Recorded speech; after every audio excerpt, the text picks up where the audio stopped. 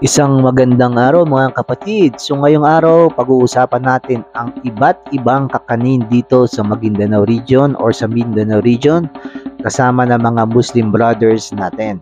Tara, ating alamin.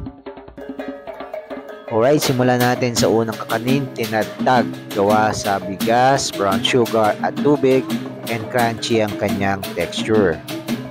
Alright, item number 2, kumukunsi. Gawa ito sa rice flour, itlog at asukal. So, ang concept nito ay donut.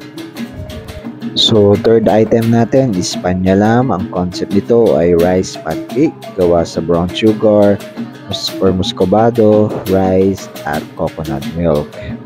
Alright, ang next nating kakanin ay patulakan. So, ang concept nito ay similar sa suman. So, gawa sa bigas, sa gata ng nyog, sa caramel syrup, brown sugar, at tubig.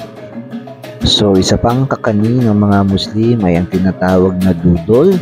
So, gawa rin to sa rice, coconut milk, at sugar. So, ang concept nito ay similar sa halaya. Alright, isa pang kilalang kakanin dito sa Maguindanao o sa Mindanao ay ang kinumis. Gawa to sa bigas, sa gata, may tanglad, at mayroong asin. So, ang concept nito ay similar sa suman. So, syempre, ang pinakahuli ay ang very famous na pastil.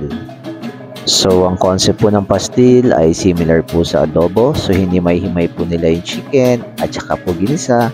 And then, pinatong po sa rice at binalot po sa dahon ng saging.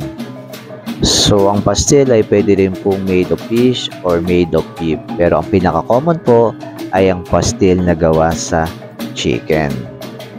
Muli, maraming salamat and God bless!